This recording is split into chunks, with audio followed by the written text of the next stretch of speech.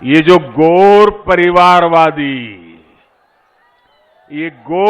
परिवारवादी लोग सरकार में होते तो शायद वैक्सीन रास्ते में ही कहीं बिक जाती और आप कोरोना से भय से आतंकित होकर के जीवन मृत्यु की लड़ाई लड़ने के लिए मजबूर हो जाते। नरेंद्र मोदी जी सोचते हैं कि सबको उनसे डर लगता है, सोचते हैं कि ईडी सीबीआई से मैं किसी को भी दबा दूं। मुझे नरेंद्र मोदी से डर नहीं लगता, उल्टा मुझे हंसी आती है। आज मुझे कोई चिंता है तो केवल एक कि जिन दंगाइयों और आतताइयों पर अंकुश लगा है वे सब अब मचल रहे हैं। आतंकी बार बार धमका रहे हैं कि जरा सरकार आने दीजिए, सावधान रहिए, आप चूके तो 5 साल की मेहनत पर पानी फिर जाएगा। और इस बार उत्तर प्रदेश को कश्मीर, बंगाल और केरल बनती देर नहीं लगेगी। आप केरल में लिटरेसी रेट देखेंगे, आप प्रति व्यक्ति जीडीपी के आंकड़े देखेंगे तो केरल प्रदेश हमसे बहुत ज्यादा आगे है। तो ये तो इस तरह की बातें कर रहे हैं, जमीनी मुद्दों से भड़काना चाह रहे हैं। आप मुझे बच्चा कह लो, लड़का कह लो, मुझे कोई फर्क नहीं पड़ता। ये डबल इंजन की सरकार जब से आई है तब से डबल भ्रष्टाचार हो गया है। डबल भ्रष्टाचार का गरीबों को सामना करना पड़ रहा है।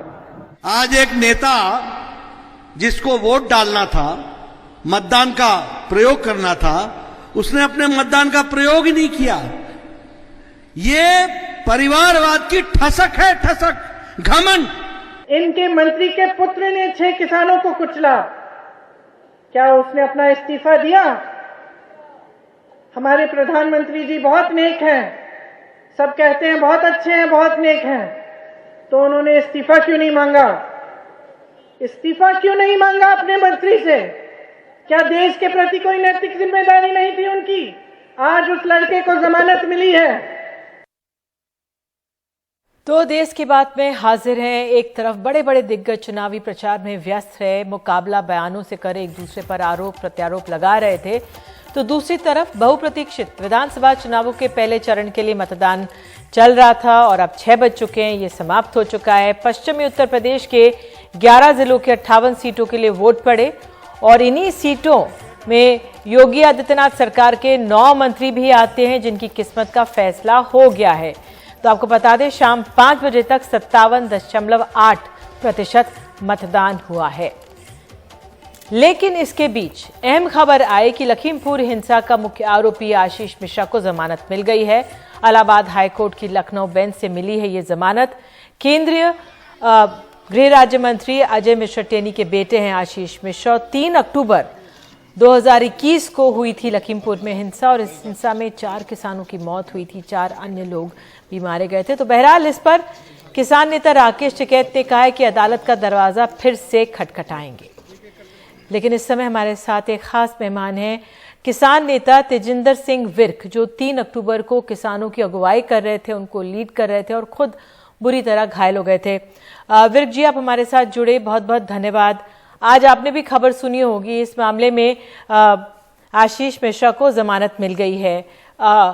क्या एहसास हुआ, क्या आभास हुआ, कैसे ले रहे हैं आप इस खबर को? आप निधि जी, स्वागत है एनडीटीवी में। मैं आज समाचार लगभग 2 बजे करीब समाचार मिला कि लखीमपुर घटना के मुख्य आरोपी अजय मिश्रा टेनी के बेटे को जमानत मिल गई। लेकिन दूसरी तरफ दुर्भाग्य है कि हमारे 4 किसान जो निर्दोष थे, जिन पर 302 का मुकदमा दर्ज हो गया, वह जेल में हैं। और जो घटना के मेन दोषी हैं, जिसको उत्तर प्रदेश की एसआईटी ने मुख्य दोषी माना है, और पूरे प्रदेश देश का संयुक्त किसान मोर्चा, किसान संगठन लगातार यह मांग उठाते रहे हैं। आज भी अभी आंदोलन जारी है इस मुद्दे को लेकर कि अजय मिश्रा टेनी का इस्तीफा होना चाहिए। देश के प्रधानमंत्री को उनका इस्तीफा लेना चाहिए था। लेकिन दुर्भाग्य है जहां अजय मिश्र टहनी का इस्तीफा नहीं हुआ और दूसरी तरफ जो व्यक्ति मुख्य दोषी था, आज अदालत से उन्हें जमानत मिल गई है। अब ये अदालत का फैसला है। अभी हम अपने वकीलों से राय करेंगे, जो आदेश आया है उसको पढ़ेंगे और उसके बाद सुप्रीम कोर्ट के वकीलों से राय करने के बाद आगे क्या इसमें जो है लीगल स्टेप हो सकते हैं, उसके बारे में आगे की राय संयुक्त किसान मोर्चा के सारे साथी बैठकर आगे तय करेंगे।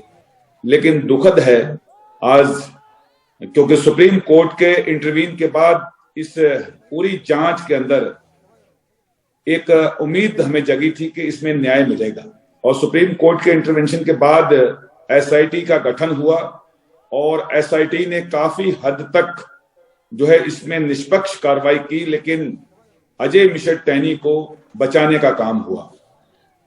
तो एक बड़ा पूरे देश के किसानों में निराशा थी जब मुख्य दोषी मानने के बाद भी 120B के मुलजिम थे वह, और जो फर्स्ट एफआईआर है उस एफआईआर में भी 120B का मुलजिम बताया गया, उसे कहा गया कि उनके एक साजिश के तहत घटना हुई है, और ये एसआईटी ने कहा कि एक साजिश थी। तो जब साजिश में सब लोग थे तो उसे कैसे बचाया गया। लेकिन आज जमानत हुई है, लेकिन जिन लोगों के मेरे साथ लोग थे, मेरे साथ जो शहीद हुए हैं 5 लोग, हमें उम्मीद है कि आने वाले समय के अंदर न्यायालय के अंदर पूरा ट्रायल पे जब केस चलेगा तो अवश्य कहीं ना कहीं सत्य की जीत होगी। लेकिन अभी हम जो है इसमें अपने लीगल एडवाइजर से राय करने के बाद आगे का फैसला और आगे की जो कार्रवाई हम करेंगे। जी तेजेंद्र जी, मैं कानूनी पहलू पे नहीं जाऊंगी, लेकिन एक मानवीय पहलू भी होता है किसी भी घटना का। किसान वर्ग किस तरह से ले रहा है, क्योंकि अभी देखिए आज पहला चरण का मतदान हो रहा है, पश्चिमी उत्तर प्रदेश में हो रहा है, और लखीमपुर खीरी जब उस पे वहां मतदान होगा, चौथे चरण में वहां पे मतदान होगा। जो आप जब से खबर आई, आप लोग किसान भाई लोग क्या बातचीत कर रहे थे, क्या असर पड़ेगा इसका राजनीति पर, क्या कुछ कहा जा रहा है? हाँ बिल्कुल निधि जी, आपका सवाल बिल्कुल सही है, क्योंकि किसानों के अंदर लखीमपुर की घटना के बाद बहुत आक्रोश है उत्तर प्रदेश और देश की भाजपा सरकार के खिलाफ, क्योंकि एक इतने बड़े संवैधानिक पद के ऊपर बैठा हुआ व्यक्ति और उसके बेटा इसी घटना के अंदर जब संलिप्त था और एक नरसंहार हुआ था, और लोग किसान बहुत आहत थे, और किसानों ने इस चुनाव के अंदर पूरे प्रदेश के अंदर ये ऐलान किया है और जगह जगह जाकर हम प्रचार कर रहे हैं कि हमारे 750 लोग शहीद हुए हैं। उत्तर प्रदेश से तमाम जो सबसे ज्यादा नरसंहार जेनोसाइड था वो लखीमपुर की घटना थी। निर्दोष मेरे 7 लोग थे जो खत्म हुए, लवप्रीत हो, नक्षत्र सिंह आर्मी के, रमन कश्यप रिपोर्टर हो या और साथी हो, और एक ही किसान के पास हथियार है वोट की ताकत। वोट की चोट से हम उन शहीदों के अपमान का, उन शहीदों का बदला लेने का हमारे पास अब समय है, और किसान मोबिलाइज होकर एक साथ इस चुनाव के अंदर भारतीय जनता पार्टी के खिलाफ मतदान करने का मन बना चुके हैं। आज समाचार के बाद तमाम किसानों का जो है, संगठनों का लगातार संपर्क हुआ है, फोन किया है कि ये बहुत दुर्भाग्यपूर्ण जो है फैसला आने के बाद, लेकिन कोर्ट का फैसला है, इसे अब मानना पड़ेगा। लेकिन मैं आपसे जी तेजेंद्र जी, मैं आपसे कुछ और मैं आपसे पूछना चाह रही हूँ, एक कयास ये भी लग रहे हैं कि ब्राह्मण वोट बहुत महत्वपूर्ण है इस समय सरकार के लिए, और तराई में वो इलाका भी आता है, उनकी तरफ हाथ बढ़ाने का भी संदेश ये हो सकता है। तो जिस तरह से ये ऐसी परिस्थिति हो गई हमारे देश में कि हम इस तरह से जाति आधारित राजनीति करते हैं, लेकिन क्या आप लोगों का आंकलन है वहां पर? बिल्कुल आपका सवाल सही है, क्योंकि पिछले 3 साल के अंदर जैसे विशेष तौर पर उत्तर प्रदेश के अंदर एक वर्ग विशेष ने बाकी वर्गों का उत्पीड़न किया और उनको तमाम इनकाउंटर जैसी घटनाएं हुई उत्तर प्रदेश के अंदर, तो एक ब्राह्मण वर्ग बड़े स्तर पर नाराज था। और इस लखीमपुर की घटना के बाद देश की सरकार और प्रदेश की सरकार, क्योंकि उत्तर प्रदेश में चुनाव बिल्कुल सामने खड़ा था और नहीं चाहती थी सरकार के जो इतनी बड़ी नाराजगी है, उस नाराजगी के अंदर एक और जो है हिस्सा जुड़ जाए। तो इसी ब्राह्मण समाज को, ब्राह्मण वर्ग को जो है साथ में जोड़ने के लिए ही गृह राज्य मंत्री स्तर का जिम्मेदारी भी दी गई थी। और उसके बाद तमाम बार जो है उत्तर प्रदेश के अंदर जो ब्राह्मण समाज के जो बड़े नेता हैं भारतीय जनता पार्टी के, उनको दिल्ली बुलाया गया, भले जेपी नड्डा हों या हमारे अमित शाह हों, तो तमाम जिम्मेदारियां सौंपकर एक जो जातीय समीकरण है उत्तर प्रदेश के अंदर, जिसमें बड़ी अहम भूमिका ब्राह्मण समाज की है, उसको भी साधने का प्रयास जो है किया गया है। और इस प्रयास के अंदर, इस राजनीति के अंदर किसानों को जो है कहीं ना कहीं बलि चढ़ना पड़ा है, उनको जो है न्याय नहीं मिल सका, ये भी हमारा मानना है। और कहीं ना कहीं सरकार की चूक, जो सरकारी पक्ष रखना था किसानों का, तो किसान सक्षम नहीं है कि बहुत बड़े लीगल को कहीं ना कहीं वकीलों की फीस या वकील को कहीं कर सकें, या हमारा पक्ष तो सरकार ने रखा, लेकिन कहीं जो पैरवी है वो कहीं ना कहीं मुझे मानता हूं उसके अंदर पूरी तरह से सरकार ने पक्ष नहीं रखा और जमानत मिली है। और दूसरा जो आपने ब्राह्मण समाज वाला कहा, ये बहुत बड़ा उत्तर प्रदेश के अंदर जातीय समीकरण चुनाव को प्रभावित करते रहे हैं। और मैं मानता हूं कि ये चुनाव जो है संभले भारतीय जनता पार्टी ब्राह्मण समाज या अन्य समाजों को बांटकर जिस तरह से लाभ लेना चाहती थी, लेकिन इस चुनाव के अंदर किसान वर्सेज अदर्स है।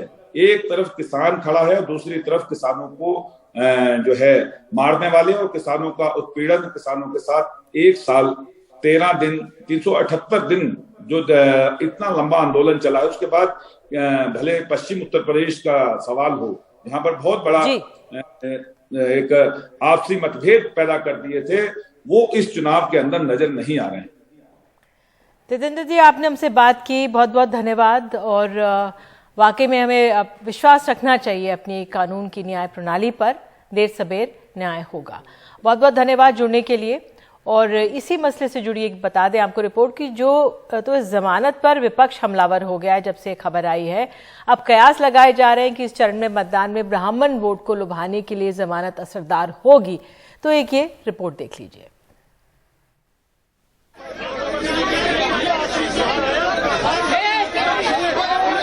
आखिरकार केंद्रीय गृह राज्य मंत्री अजय मिश्रा टेनी के बेटे आशीष मिश्रा उर्फ मोनू को किसानों की हत्या के मामले में जमानत मिल ही गई। ये अलग बात है कि जिस दिन जमानत मिली उसी दिन पश्चिमी उत्तर प्रदेश की 58 सीटों पर मतदान हो रही हैं। आदेश इलाहाबाद हाईकोर्ट के लखनऊ बेंच के जज जस्टिस राजीव सिंह की एकल पीठ ने दिया है। 18 जनवरी को लखनऊ बेंच ने सुनवाई के बाद अपना फैसला सुरक्षित रख लिया था। जस्टिस राजीव सिंह की बेंच के सामने आशीष के वकील ने ये दलील रखी थी कि अगर प्रोसिक्यूशन की बात सही भी माने तो अजय मिश्रा सिर्फ चालक की सीट के बगल में बैठा था और फिर वहां से भाग गया था। ऐसा कोई सबूत नहीं है कि आशीष के निर्देश पर थार कार के ड्राइवर ने प्रदर्शनकारियों पर गाड़ी चढ़ाई थी या फिर ऐसा कृत्य जानबूझकर किया गया। ऐसे में ये भी नहीं कहा जा सकता कि आशीष मिश्रा किसानों की हत्या का जिम्मेदार है। हरिओम मिश्रा ड्राइवर था, वो गाड़ी चला रहा था, तो ये भी पॉसिबिलिटी हो सकती है कि उसके हेड इंजरी इन लोगों ने काज की, किसानों ने, जिसके परसुएंस में मतलब वो मेंटली डिस्टर्ब हो गया हो या मेंटल इक्विलिब्रियम उसका खो गया हो या उसने अपनी जान बचाने के लिए भागा हो, तो ये एक्सीडेंट हो गया, लोग मर गए। तो ये पॉसिबिलिटी हो सकती है। उसको किसानों ने मिलके ऑन स्पॉट मार डाला। इसलिए जो क्राइम का करने वाला, अगर मान लीजिए कहा जाए कि जो है ड्राइवर जो था उस पर लाइबिलिटी का एट्रीब्यूट की जाती है, तो वो तो स्वयं ही उसको आपने मार डाला, तो क्राइम का तो पूरा विजडम वही खत्म हो गया, जेनेसिस ही खत्म हो गई। इनके मंत्री के पुत्र ने 6 किसानों को कुचला। इन दलीलों के बाद मिली जमानत पर तमाम राजनीतिक दलों ने सवाल उठाए हैं। हमारे प्रधानमंत्री जी बहुत नेक हैं, सब कहते हैं बहुत अच्छे हैं, बहुत नेक हैं, तो उन्होंने इस्तीफा क्यों नहीं मांगा? इस्तीफा क्यों नहीं मांगा अपने मंत्री से? क्या देश के प्रति कोई नैतिक जिम्मेदारी नहीं थी उनकी? आज उस लड़के को जमानत मिली है, थोड़े ही दिनों में खुल के घूमेगा फिर से, जिसने आपको कुचल डाला। पूरे देश और दुनिया ने देखा कि किस तरीके से जीप से किसान कुचल दिए गए, और आज भी पूरे प्रदेश और देश का किसान ये मानता है कि भारतीय जनता पार्टी की वजह से उन किसानों की जान गई है। मैं समझता हूं कि ये हम सब के लिए सामूहिक चिंता का विषय होना चाहिए कि इतने किसान कुचल के मार दिए गए। कल को कहीं एक थियरी ना फ्लोट हो जाए, नोबडी डाइड, कोई मरा ही नहीं। खुद स्वतः संज्ञान में आते हुए गाड़ी के नीचे आ गए और गाड़ी से कहा कि हे प्रभु हमें कुचल दो। ये किसी से छुपा नहीं है कि भारत के चुनावों में जाति एक बड़ा मुद्दा रही है। उत्तर प्रदेश में भी चुनाव हो रहे हैं। कुछ जानकार मानते हैं कि हाई कोर्ट के फैसले के बाद ब्राह्मण वोटरों में योगी सरकार से नाराजगी कम हो सकती है, लेकिन इसका दूसरा पक्ष ये है कि सरकार से किसानों की नाराजगी और बढ़ सकती है। यूपी के लखीमपुर खीरी जिले में 8 विधानसभा सीटें हैं, जिन पर चौथे चरण यानी 23 फरवरी को वोटिंग होगी। बीजेपी के ऊपर लगातार ये आरोप लगते रहे हैं कि वो मंत्री साहब के बेटे को बचाने की कोशिश लगातार करती रही है। अब जमानत मिलने के बाद ये आरोप और ज्यादा गंभीर हो चले हैं, लेकिन जो फायदा बीजेपी को होने वाला है वो ये है कि जो ब्राह्मण वोट उससे उखड़ चले थे, अब दोबारा वापस उसकी झोली में गिर जाएंगे। ये कयास लगाया जा रहा है। नई दिल्ली से अपने सहयोगी उमाशंकर सिंह के साथ नीता शर्मा, एनडीटीवी इंडिया के लिए। और आइए सीधे चलते अपने सहयोगी आलोक पांडे के पास, जो लखीमपुर खीरी में उस दौरान भी थे और अभी भी लखीमपुर खीरी में ही मौजूद हैं। आलोक, जब से आपने ये खबर सुनी है, क्या एहसास, क्या आभास, किस तरह से ली आपने इस खबर को? देखिए, फिलहाल तो हम लखीमपुर पहुंचे हैं। आज तो रिहाई नहीं होगी आशीष मिश्रा की, ये तो पक्का ही है, लेकिन उनकी रिहाई अगले 1-2 दिन में कल तक शायद हो जाए, क्योंकि हाईकोर्ट ने ऑर्डर दिया है। 2-3 चीजें हैं हाईकोर्ट के ऑर्डर के बारे में जिसके बारे में मैं बात करना चाहूंगा।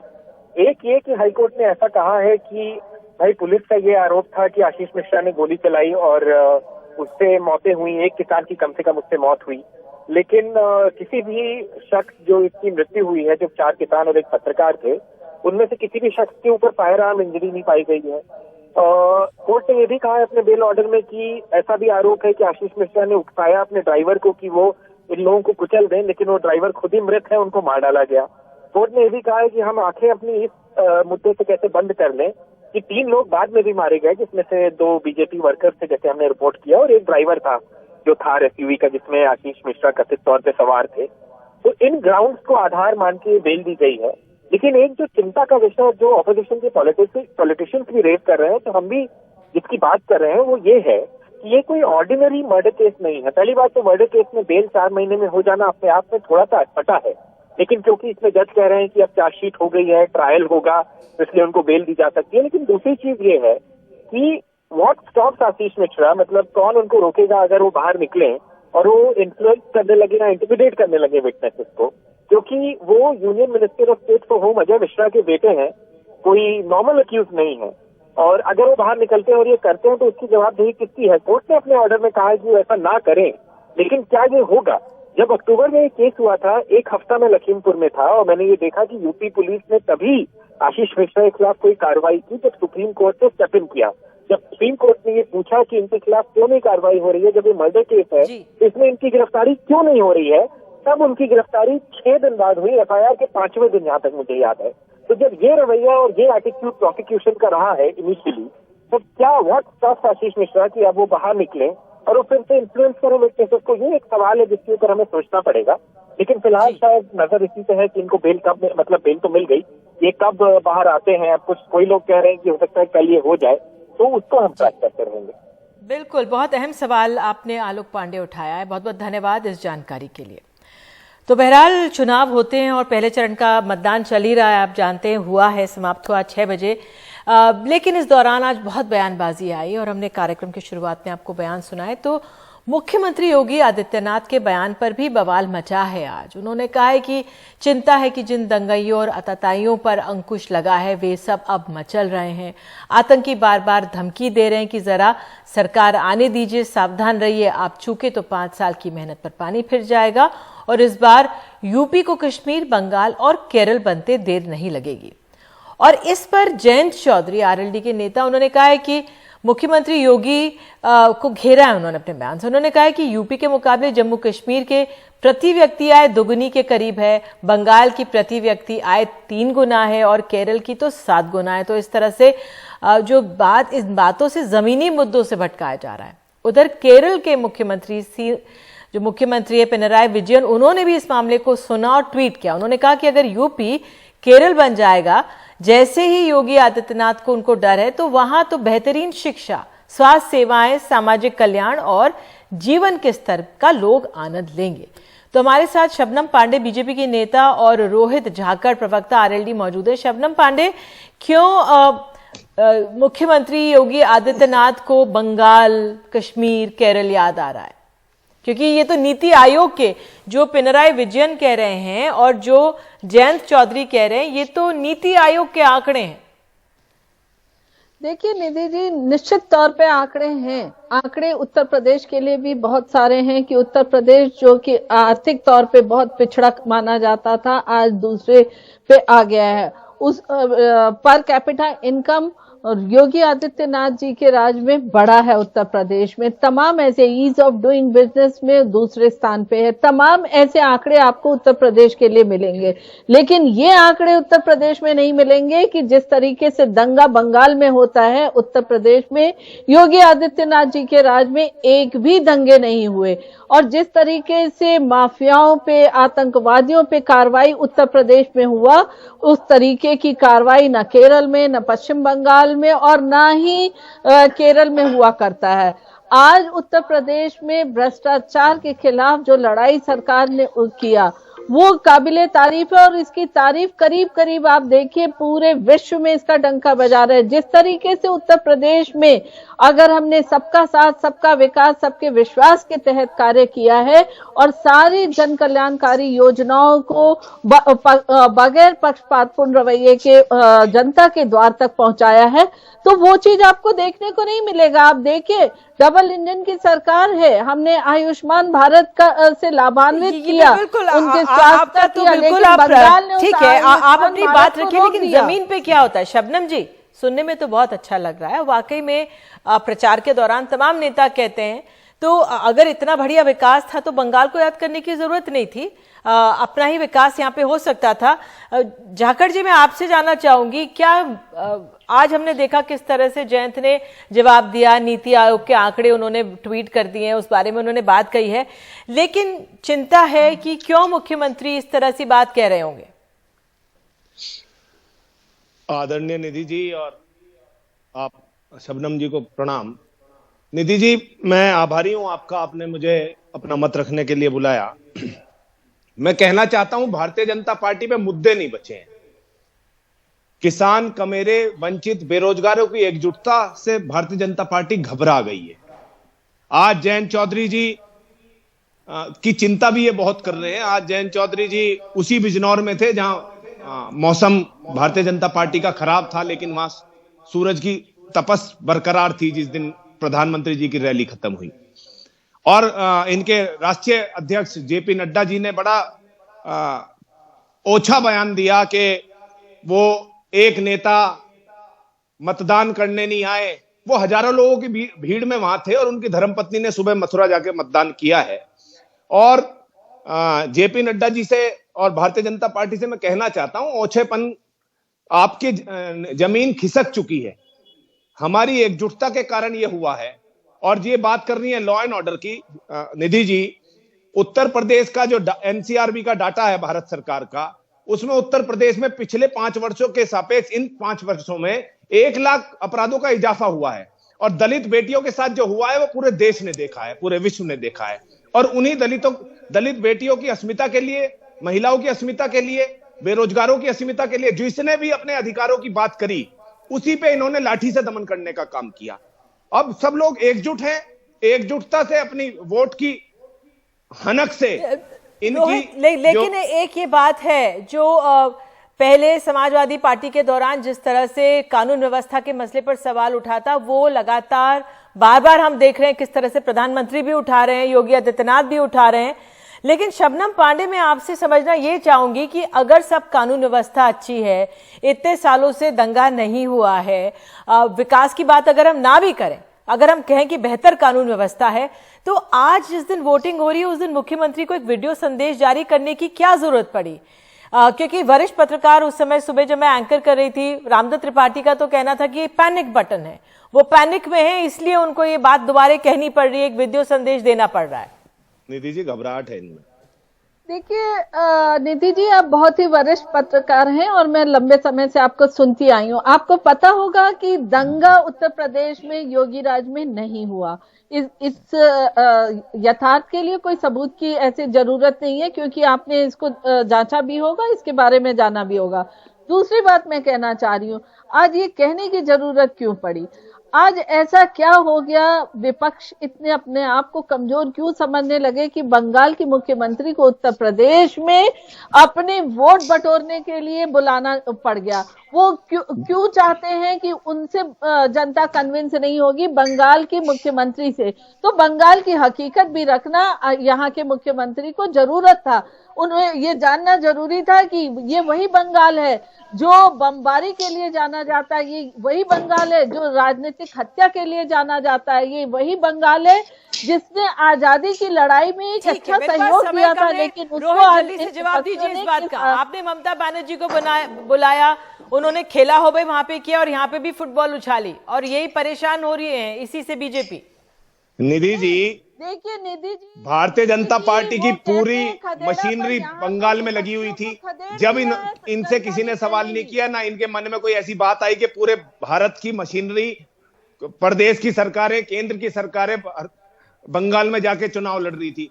आज इन्हें ऐसा क्या हुआ जो किसानों के पक्ष में आके ममता बनर्जी ने भारतीय जनता पार्टी के खिलाफ गठबंधन को समर्थन दे दिया।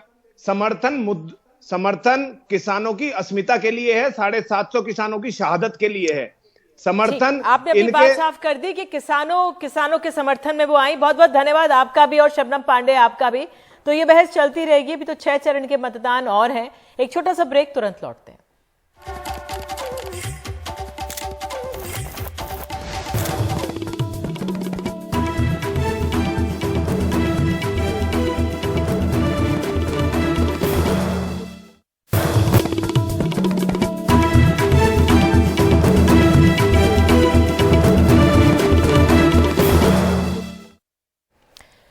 तो उत्तर प्रदेश के पहले चरण की 58 सीटों के लिए मतदान हुआ है, लेकिन मतदान के दौरान बहुत से लोगों ने शिकायत की है कि उनका नाम इस बार वोटर लिस्ट में नहीं है।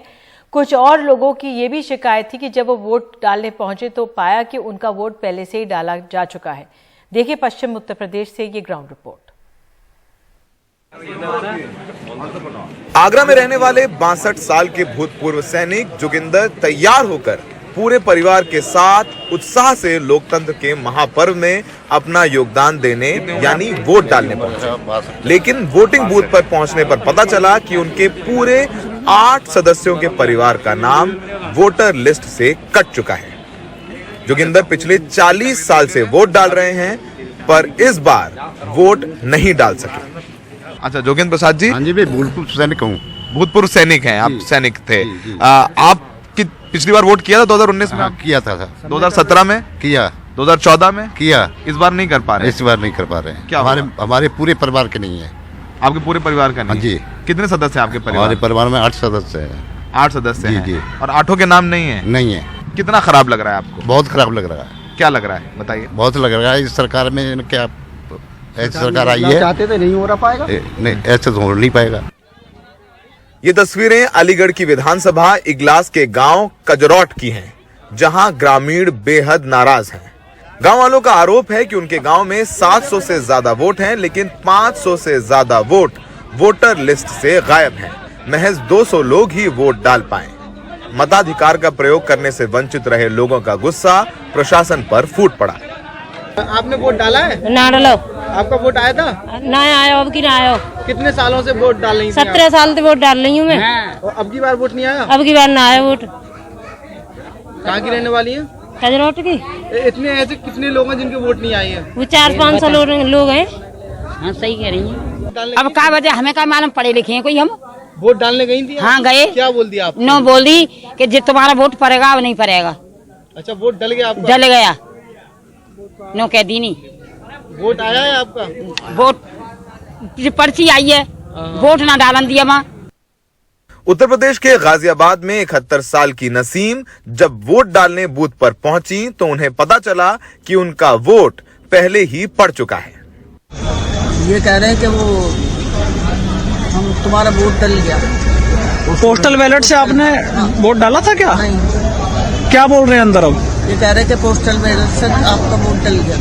जब नसीम की ये वीडियो सोशल मीडिया पर वायरल हुई तो प्रशासन ने मानवीय भूल बताते हुए नसीम को घर से बुलवाया और फिर उनका वोट डलवाया। आगरा के राम प्रकाश का भी ऐसा ही आरोप है कि जब वो वोट डालने पहुंचे तो उन्हें बताया गया कि उनका वोट डल गया है। मेरा वोट नहीं डल रहा था। क्यों नहीं डल रहा है? वो कह रहे हैं कि तुम्हारा वोट पड़ गया अंदर पड़ गया है। हाँ। तो आप चैलेंज वोट के लिए कहा आपने उनसे? मैंने कहा मैं तो अभी आ रहा हूँ सर, गांव से बड़ी मुश्किल से आ पाया हूँ और मेरे तो कोई निशान भी नहीं है कि नहीं निशान पेशान तो सब मिट जाते हैं। दरअसल कोरोना को देखते हुए चुनाव आयोग ने 80 साल के ऊपर के बुजुर्ग और दिव्यांगों के वोट पोस्टल बैलेट के जरिए डलवाए हैं, जिसकी पारदर्शिता को लेकर चुनाव आयोग पर सवाल खड़े हो रहे हैं। हमने चुनाव आयोग से इस पूरे मामले पर प्रतिक्रिया मांगी और चुनाव आयोग ने हमें अब तक इन सवालों पर कोई जवाब नहीं दिया है। सोचिए एक रिटायर्ड फौजी जो पिछले 20 दफे अपने जीवन में वोट डाल चुके हैं और वो इस बार वोट नहीं डाल पा रहे हैं, तो सोचिए कि जो प्रदेश की 5 साल सरकार चलेगी उसमें तो इनका योगदान ही नहीं रहेगा, उनका मत ही नहीं रहेगा। तो फिलहाल अब जवाबदेही चुनाव आयोग पर है। सहयोगी विनीत और नसीम के साथ आगरा से Saurabh Shukla, NDTV India.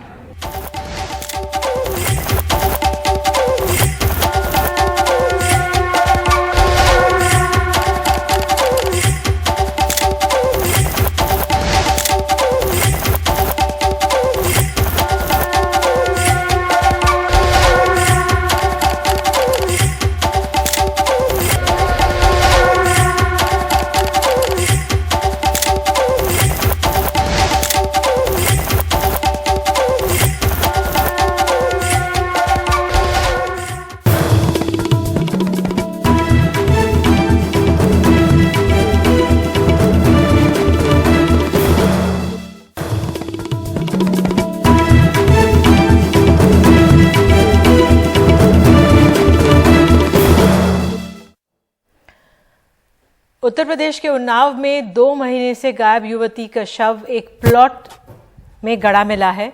Police ने प्लॉट की खुदाई कर शव को बाहर निकाला है। इस मामले में समाजवादी पार्टी के पूर्व मंत्री फतेह बहादुर सिंह का बेटा रजौल सिंह मुख्य आरोपी बताया जा रहा है। युवती की मां का आरोप है कि 2 महीने पहले युवती का अपहरण हुआ था, जिसके बाद पुलिस ने मामले में रजौल सिंह को गिरफ्तार किया।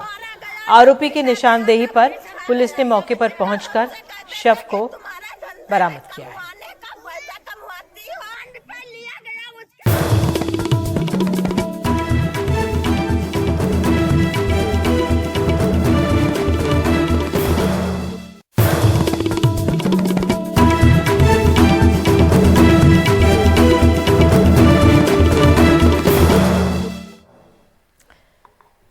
तो लोकतंत्र का पर्व जब आता है तो आम आदमी अपने अधिकार का इस्तेमाल करते हुए अपने नुमाइंदों को चुनने जाता है। भले ही कई शारीरिक कठिनाइयां झेलते हुए कई ऐसी तस्वीरें सामने आई हैं कि लोग निकले अपने घरों से, अक्षम होने के बावजूद गए और उन्होंने अपना वोट डाला है। तो एक तस्वीर हम देख सकते हैं, बुजुर्ग महिलाएं बीमार हैं, वो गई हैं। आज भी लोग हर तरह से जतन करके वोट डालने पहुंच ही रहे हैं। तो हम हापुड़ के आपको दृश्य दिखा रहे हैं। हापुड़ में जहीर नाम का एक ऐसा शख्स है जो मतदान करने पहुंचा और रीढ़ की हड्डी टूटने की वजह से पिछले 15 साल से माफ कीजिए बिस्तर पर हैं और परिजन उन्हें वोट कराने स्ट्रेचर पर एम्बुलेंस में लिटा कर ले गए। बीच में हम देख सकते हैं किस तरह से एक बुजुर्ग महिला पहुंची है मतदान केंद्र और एक बुजुर्ग महिला को सहारा दिया जा रहा है, वो भी सुबह सुबह कोहरे में मतदान करने पहुंची।